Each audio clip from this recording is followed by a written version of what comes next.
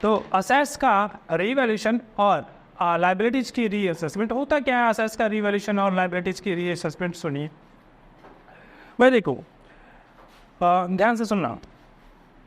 यदि मान के चलो हमारा बिजनेस बहुत सालों से चल रहा है, पार्टनर्स के लगभग 40-50 सालों से पार्टनरशिप चल रहा था। तो 40-50 सालों से जो पार्टनरशिप चल रहा था उसका ओड रेशो था 3-2-1,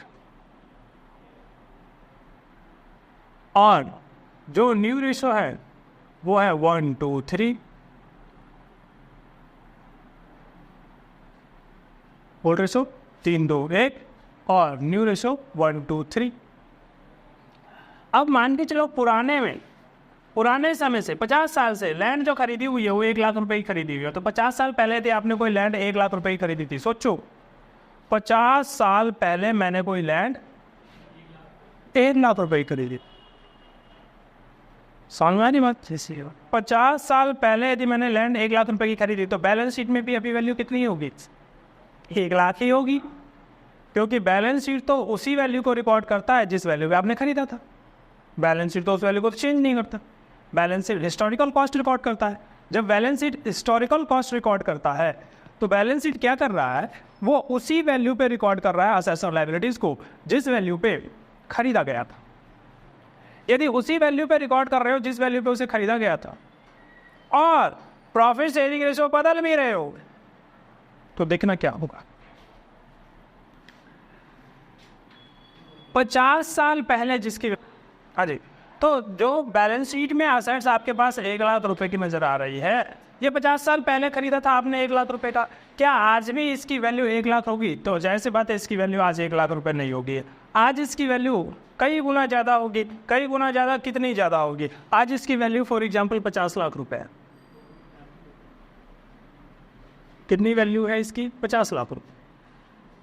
अब एक बात बताओ, आज ना कल जब फर्म बंद होगी तो ये लैंड यदि बिकेगा, फर्म जब बंद होगी लैंड यदि बिकेगा तो उसका होने वाला फायदा और नुकसान कौन से रेशो में बांटा जाएगा? भविष्य में न्यू रेशो में।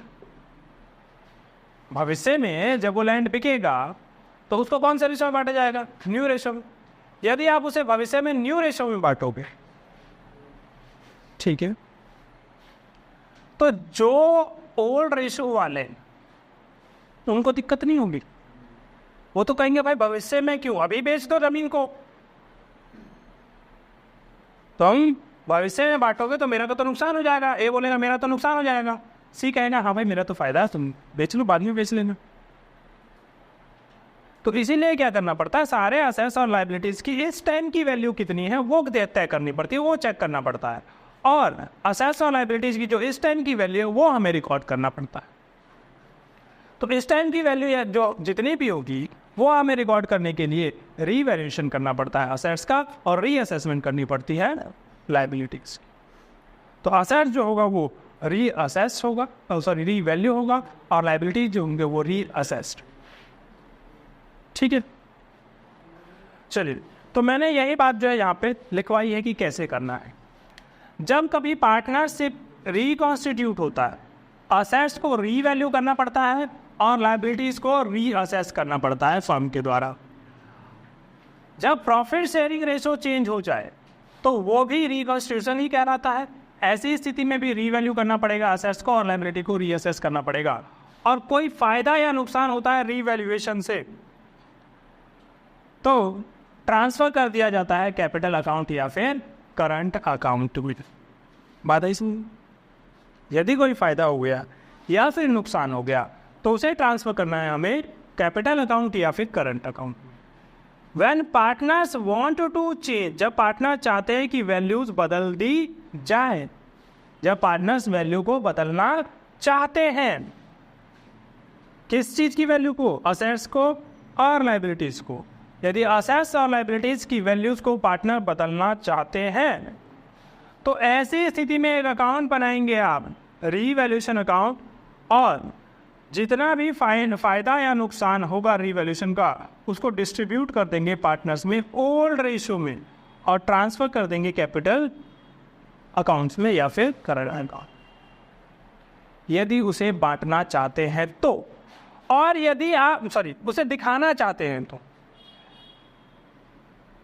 चेंज करना चाहते हैं तो, या फिर शो करना चाहते हैं तो, जो वैल्यू चेंज हुई है वो वैल्यू दिखाना चाहते हैं तो, यानी भविष्य में आप जो है लैंड की वैल्यू 1 लाख नहीं लिखना चाहते, आप लैंड की वैल्यू कितना लिखना चाहते हो, 50 लाख, ठीक है।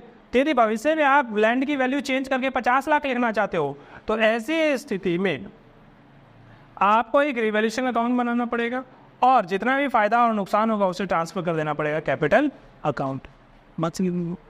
पर पार्टनर कहते हैं कि नहीं, हमें तो वैल्यू चेंज नहीं करना, हमें तो अभी भी बैलेंस शीट में कितना दिखाना है, 1 लाख की दिखाना, बैलेंस शीट में अभी भी कितना दिखाना है। तो फिर ये क्या बात हुई, बैलेंस शीट में 1 लाख की दिखाओगे तो 40 लाख का प्रॉफिट हो जाएगा, वो भविष्य में तुम बेचोगे तो यहाँ लड़ाई करेगा ना ये। तो ये कहता है नहीं, ऐसा नहीं चलेगा, यदि तुम इसे अभी नहीं दिखाओगे तो फिर एडजस्टमेंट करनी पड़ेगी, तो उसकी हमें एडजस्टमेंट करनी पड़ेगी। और ऐसी स्थिति में जब एडजस्टमेंट करोगे तो रिवैल्यूएशन अकाउंट बनाने की ज़रूरत नहीं है, सारा गेन या लॉस जो है वो ट्रांसफ़र किया जाएगा या एडजस्टेड किया जाएगा सैक्रिफाइसिंग और गेनिंग रेशियो में। तो सैक्रिफाइसिंग और गेनिंग रेशियो में ऐसी स्थिति में आप सारा गेन और लॉस जो है वो एडजस्ट करते हैं, ठीक है। चलिए, तो इससे आगे का हिस्सा जो मैं बताता हूँ। तो यदि आप चाहते हैं कि जो चेंजेस हुए हैं असेट्स में या लायबिलिटीज़ में, उन चेंजेस को आप रिकॉर्ड करें आने वाली बैलेंस शीट में, तो ऐसी स्थिति में आपको एक अकाउंट बनाना पड़ेगा जिसका नाम होगा रीवैल्यूएशन अकाउंट। रीवैल्यूएशन अकाउंट जो है नॉर्मली जनरली जैसा अकाउंट बनता है वैसा ही बनता है। मैंने रीवैल्यूएशन अकाउंट के बारे में यहाँ लिखा है, पहले तो फॉर्मेट बना दिया है आपका और लिखा है कि क्या क्या होता है, फिर मैं इसमें लिख के भी बताऊँगा कि किस प्रकार से करना है। तो revaluation account is nominal nature account. Revaluation account जो है नॉमिनल नेचर का अकाउंट है, नॉमिनल नेचर अकाउंट।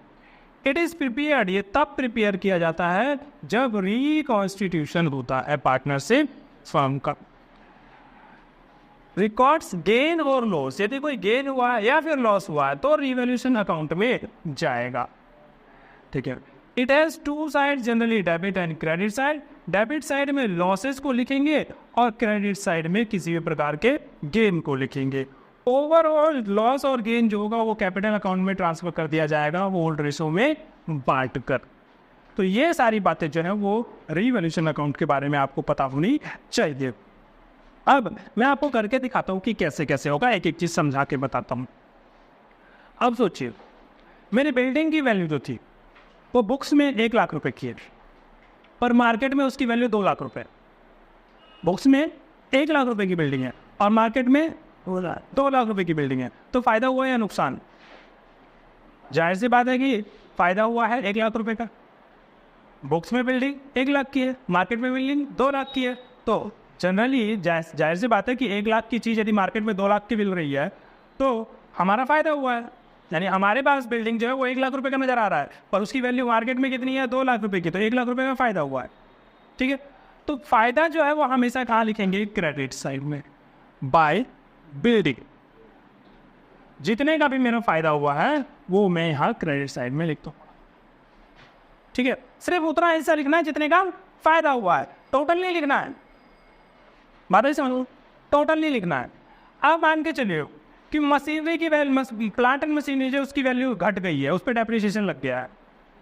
से 5 लाख का मशीन था, 5 लाख की मशीन पे 10% का डेप्रिसिएशन लग गया है, तो 50,000 की वैल्यू उसकी कम हो गई। ये फ़ायदा है या नुकसान है? नुकसान है। तो मैं बता दूँ कि ये वाला साइड जो होता है ये फ़ायदों का साइड है और ये वाला साइड जो है ये नुकसान का साइड है।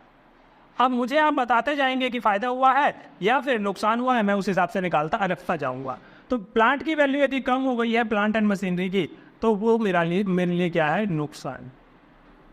तो इसलिए मैं यहाँ लिखूँगा नुकसान 50,000 रुपये, नुकसान 50,000 रुपये का, ठीक है। आगे बढ़े। यदि कोई लाइबिलिटी की वैल्यू गिर जाए, जैसे हमारे पास क्रेडिटर से 2 लाख रुपए की, उनमें से एक क्रेडिटर ऐसा है जिसको 20,000 रुपये देने हैं, वो मिल ही नहीं रहा है, कहीं नहीं मिल रहा, बहुत ढूंढ लिया, मिल ही नहीं रहा वो बंदा। क्रेडिटर जो है 2 लाख रुपए का है और उसमें से 20,000 वाला ऐसा है जो मिल ही नहीं रहा है, तो हमारे लिए फ़ायदा हो गया। तो ये क्रेडिट कर देंगे बाय क्रेडिटर्स, 20,000 रुपये। अब क्रेडिटर्स, कोई ऐसा क्रेडिटर है जिसका क्लेम आ गया हमारे पास, लाइबिलिटी बढ़ गई है। फॉर एग्जांपल जैसे कोर्ट में केस हार गए, हमारी लाइबिलिटी बढ़ गई एकदम से, हमें पता ही नहीं था, रिकॉर्ड हमने बुक्स में नहीं कर रखा था, वो लाइबिलिटी बढ़ गई। तो वो लाइबिलिटी जो है वो यहाँ आएगी। ठीक, कोई भी क्लेम है मान से 30,000 रुपये का कोई क्लेम, तो नुकसान हो गया मेरा। बात समझ में आ रही है? तो फायदा कब कब होगा? अब रफली मैं कहूँ तो फायदा कब कब होगा? जब आपका असेट्स का वैल्यू बढ़ेगा तो फायदा होगा, या फिर लाइबिलिटीज की वैल्यू कम होगी तो फायदा होगा।